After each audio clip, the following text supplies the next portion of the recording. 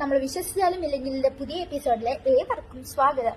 അപ്പോ ഇന്നത്തെ എപ്പിസോഡിൽ നമ്മുടെ കഥയും കഥാപാത്രങ്ങൾ എന്ന് പറയുന്നത് ഞാൻ താമസിക്കുന്ന എന്റെ വീട്. ഇവിടെ ഉണ്ടല്ലോ റെന്റ് കൊടുക്കുന്നത് ഞാനാ, പക്ഷേ എന്റെ കൂടെ കുറെ പേര് താമസിക്കുന്നുണ്ട്. പക്ഷെ എല്ലാവരും പകല് മാത്രമേ എത്തുള്ളൂ, രാത്രി ആകുമ്പോൾ ഞാൻ എപ്പോഴും എത്തുണ്ടാവും. അതാണ് പ്രശ്നം. പകല് വരുന്നവരെങ്ങനെ ഞാൻ പറഞ്ഞുതരാവേ. നമ്മളിപ്പോ ഇവിടെ ഹോളിൽ നിൽക്കുകയാണെങ്കിൽ വേറെ ഏതെങ്കിലും സ്ഥലത്ത് നിന്ന് ഓരോ സാധനങ്ങൾ വീഴുന്ന സൗണ്ട് കേൾക്കാം, നമ്മളില്ലാത്ത സ്ഥലങ്ങളിൽ നിന്ന്. അപ്പോഴേ എനിക്ക് സംശയം ഉണ്ടായിരുന്നു ആരോ കയറി ഒളിച്ചിരിപ്പുണ്ടെന്നുള്ളത്. അപ്പൊ ഈ സാധനങ്ങൾ വീഴുമ്പോ ഞാനാദ്യം വിചാരിച്ചത് സിമ്പിൾ, ലൈക്ക് ഞാൻ ഒട്ടിച്ചതിന്റെ പ്രശ്നമാവാം, അല്ലെങ്കിൽ ഞാൻ വെച്ചതിന്റെ പ്രശ്നമാവാം, അതുകൊണ്ടൊക്കെ ആയിരിക്കും സാധനങ്ങൾ വീഴുന്നത്. ഓക്കെ, കാര്യം തീർന്നു. വീണു. ഞാൻ ഒട്ടിച്ചു വെച്ചിരുന്ന ഒരു മിറർ ഉണ്ടായിരുന്നു കേട്ടോ. ആ മിറർ ആണെങ്കിൽ താഴെ വീണു, സമ്മതിച്ചു.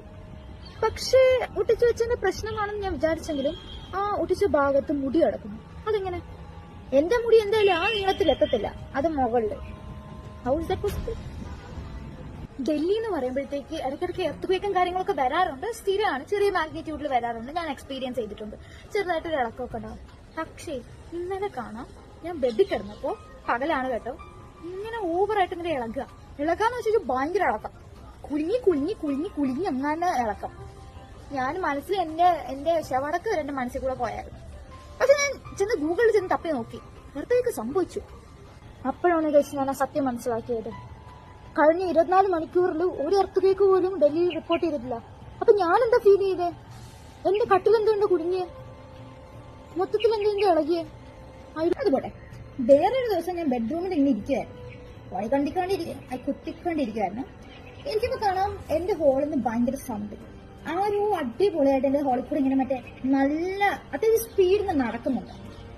അതാരായിരിക്കും? ഞാൻ വാതിൽ കുറ്റിയിട്ടതല്ലേ, എത്രയായാലും ഈ വഴി കയറാൻ ഒരു ചാൻസ് ഇല്ല ആർക്കും. നീ ഓണറാണെങ്കിൽ എങ്ങാനും വന്നു, ഞാൻ അടച്ചില്ലേ. പിന്നെ എനിക്ക് തോന്നിയതായിരിക്കും വെച്ച് ഞാൻ വിട്ടു. പക്ഷെ വീണ്ടും കേട്ടു, ശരിക്കും കേട്ടു, നല്ല സൗണ്ട്. അപ്പൊ എന്താ പ്രശ്നമുണ്ട്? ഞാൻ ഓടിച്ചെന്ന് നോക്കി, ഇവിടെ ആരുമില്ല. ജനല് മാത്രം, ഒരു ജനല് തുറന്നെടുക്കുന്നു. അതെങ്ങനെ തുറന്നു? അതാരെ തുറന്നു?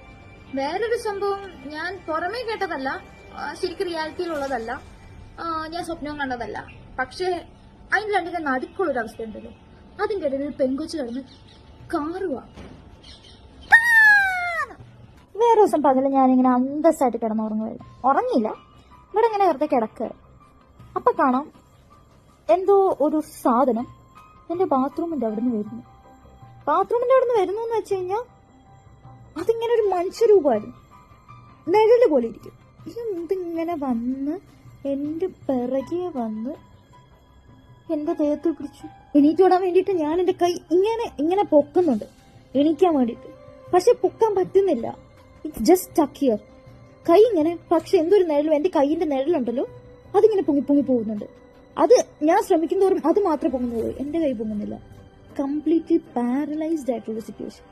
വേറൊരു ദിവസം കാണാം, ഞാൻ ഇതേപോലെ കിടക്കുമ്പോ, പകലാണ് കേട്ടോ, ഈ കൈ ആരോ ഇങ്ങനെ വന്ന് പിടിച്ചു. Just hold my hands. ആരായിരിക്കും? എനിക്കറിയാൻ പാടില്ല. ഞാൻ അതുകൊണ്ട്